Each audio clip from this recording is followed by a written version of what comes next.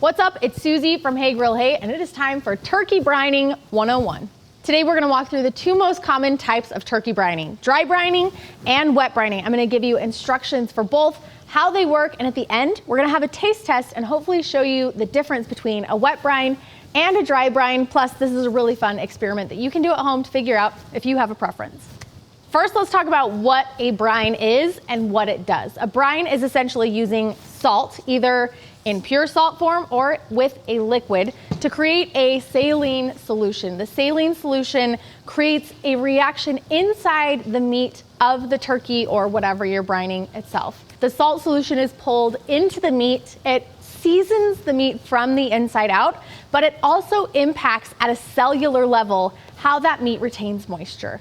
Brining has become super popular because it makes your meat taste better, but it also helps it retain moisture as it's cooking. It prevents it from drying out, and you end up with really flavorful, really delicious, juicy meat. I'm using turkey breasts today. These are notorious for drying out, but I think it's a great way to do this kind of experiment in your backyard because you can have two pieces of meat, prep them side by side, cook them side by side, and then taste each one and see if there's one that you prefer over the other. I've done this experiment several times. I always end up in the wet brine camp, but I know a ton of people who are firmly dry briners. So let's start with dry brining. I've got one of my turkey breasts here. These are both boneless, skinless turkey breasts, around 2 pounds. This is going to go on a flat cookie rack with a cooling rack on top of it. This will allow the airflow to kind of move around, and it'll let the salt do what it needs to do. One of the best parts about dry brining is you really only need one ingredient. I'm using kosher salt, and we're gonna sprinkle it liberally on and around the outside. You need about 1/2 to 3/4 of a teaspoon of salt per pound of meat. We're gonna give it a light coating all the way around the outside. Now this turkey can go into the refrigerator. I typically plan an hour per pound in the refrigerator to let the turkey dry brine. What's going to happen during this process is the salt will pull the moisture from the inside of the turkey. That moisture will be on the outside of the turkey. It will dissolve the salt, and then that salty, juicy solution will get reabsorbed into the turkey meat itself, pulling that saline all the way to the center of the turkey breast, seasoning it from the inside out, and helping retain a lot of moisture during the cooking process. You'll know your turkey is done brining when the salt is completely dissolved and a lot of the moisture has been pulled back in. It won't be totally dry on the outside of your turkey, but it won't look particularly wet either. Now I have seen people that dry brine with the seasoning blend that they're going to be using at the end of the process. I prefer to brine just with salt for the dry brine itself, and then you can add seasonings at the end if you want to season this with a dry rub or something before you put it on the grill or the smoker or in your oven. The reason for that being, with a pre-mixed blend, you don't exactly know how much salt is going on the meat, and where you really do need kind of at least that 1/2 teaspoon of salt per pound to have the dry brine effect be functional, you run the risk of under seasoning or under salting and the dry brine being ineffective. We're gonna set this one aside. It's pretty much ready to go, and that's really all that's required to prep the dry brine for your turkey.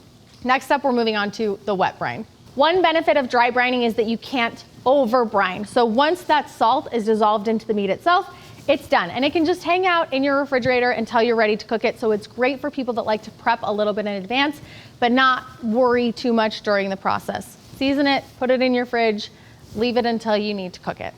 That leads us into wet brining. Now, wet brining is my preference for doing turkey. I feel like it gives you the opportunity to add in a little bit more flavor while still maintaining the integrity of the brine itself. I will say though, wet brining is a little bit more labor intensive, a little bit more complicated, a little bit more precise, and I feel like it does take up a little bit more, you need a little more tools, a little bit more specialty stuff, but the flavor and the texture for me is worth the effort. So I'm gonna be using my apple spice turkey brine. You can grab this from my store. However, I have the recipe available for free on my website. If you wanna make it from scratch, it's really not anything too complicated. Salt, a little bit of sugar, some herbs, some spices, some seasonings that I think really create a beautiful medley of flavors in the brine itself, which impact the overall finished flavor of the turkey. So we're gonna be doing a 1/2 gallon of brine today. So a 1/2 gallon of liquid to a cup of the brine. I'm using half water and half apple juice because, again, I like that little bit of sweetness in my turkey, and I feel like the apple juice and a little bit of sugar in the brine really give that to me. And it's pretty typical ratios for a brine that you need about 2 cups of salt and sugar kind of blend, or straight salt, to a gallon of liquid to create that correct ratio of salt to liquid to create that brine in the turkey and make that chemical reaction actually happen. Similar to how you need a certain amount of salt for your dry brine, you need the correct ratio of salt to liquid for your wet brine to really make that osmosis happen where the saline is pulled into the meat itself. Typical ratios for a brine are about 2 cups of salt to a gallon of liquid. I'm doing a half a gallon because we're just doing a turkey breast today, so I've got half a gallon of liquid, half water, half apple juice to a cup of my brine. A lot of wet brine recipes call for you to actually cook your brine and then chill it completely. So again, that does add kind of an extra step to the wet brining process. I designed this brine so that you could just dump and go. All of the, all the particles are really, really tiny, so they dissolve really quickly. But if you are using a recipe that calls for cooking, just make sure you cool it completely before you use it on your turkey breast. Turkey breast goes in the brine bag. I do prefer to use a brine bag because you actually need less brine. It will keep all of the liquid fully surrounding the meat itself. I also have used brine containers. Those are great. The brine just goes into the bag over the turkey. I'm gonna take out the air, tie up your brine bag, and then this goes into the refrigerator. The timing for the wet brine is the same as timing for the dry brine turkey, 1 hour per pound in the refrigerator.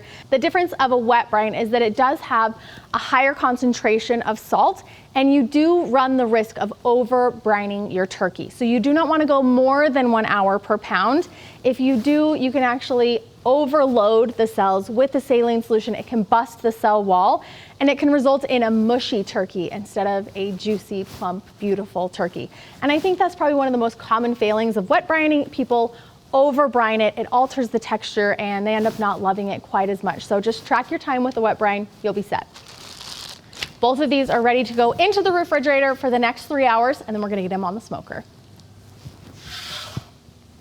While the turkeys are brining, I wanted to give you a quick note about buying turkeys from the grocery store. I would say 75, maybe 80% of grocery store turkeys are pre-brined with a wet brine solution, and it will say so on the package. It will say turkey contains up to a certain percentage of saline solution or a seasoning solution. That is a wet brine. So if you are buying turkey from the store that says that, the brining process is already covered. I would either skip it entirely, or you can remove the original brine from the turkey and then rebrine if you want something with specific flavor by soaking it overnight in an icy cold water bath. Most of the time I feel like the juice isn't worth the squeeze with that one to double brine, so I'll either skip the brining process entirely if I am buying a pre-brined turkey, or if I want to go through the brining process and really do this experiment, you have to put in a little bit of extra legwork to find the turkeys that are not pre-brined. The benefit of that is usually they're local turkeys. You'll be able to find local turkey farmers, or through your grocery store or your butcher counter or your favorite meat provider, and ask them where they're sourcing their turkeys. They will get you unbrined turkeys. It's a win-win. You get to brine your turkey the way you like, you get the flavors you want, and you're supporting local farmers and ranchers. So if you haven't done that yet, look into buying unbrined turkeys this year. Brine turkeys are out of the fridge. There's a couple steps before we get them on the smoker and start cooking. On both of these, I'm gonna give them a pat down with a paper towel. This will remove any additional salt on the outside, prevent us from over seasoning the turkey. And on the wet brine turkey, there's likely gonna be some extra buildup of the herbs that are in the brine. I'll make sure to wipe those off as well. And then once they're all patted down nice and dry, I'm gonna hit them with some avocado oil spray. This will prevent the turkey exterior from drying out and kind of getting overcooked and leathery while it's on the smoker. And it will help the seasoning stick. I'm using my smoked turkey rub seasoning. You can grab this in the turkey kit, or I have the recipe for this as well on heygrillhey.com. So if you're more of a DIYer than a buyer, I've got you covered. You can even see the color difference in the brine between these two turkeys. Where this was in the apple juice with the seasonings, it's kind of got a little bit darker hue from the apple juice. This one is a little bit lighter, almost a little bit yellowy even.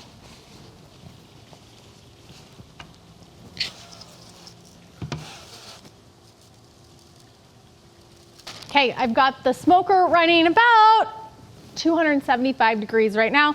These will probably take anywhere between 2 and 3 hours, but we'll keep an eye on them. When they're about 160, I'm gonna pull them off so they can finish carry over cooking, let them rest for a little bit, and then we'll slice them open and do a taste test side by side of our dry brine versus wet brine turkey. Turkey breasts have been on for about 3 hours. We're gonna give them a quick temperature check. I actually did check a couple of minutes ago and they're about 158. They should be at 160 now, ready to come off. This is our wet brine turkey breast. And this is our dry brine.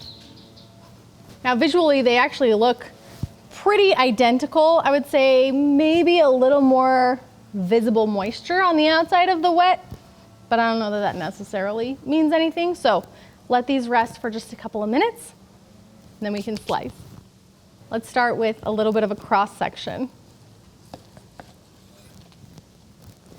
I mean, both of these look very juicy. We've got a smoke ring around the exterior. Good signs all around. One of my favorite part about turkey breasts, I do them year round, is yes, they are very delicious to eat as a meal on their own, but we also slice them up thin. And our whole family eats them on sandwiches for the whole week. My kids are gonna be very excited for smoked turkey sandwiches. I'm gonna go dry brine first. And then the wet brine. Yum. Both juicy, both absolutely delicious, both are winners.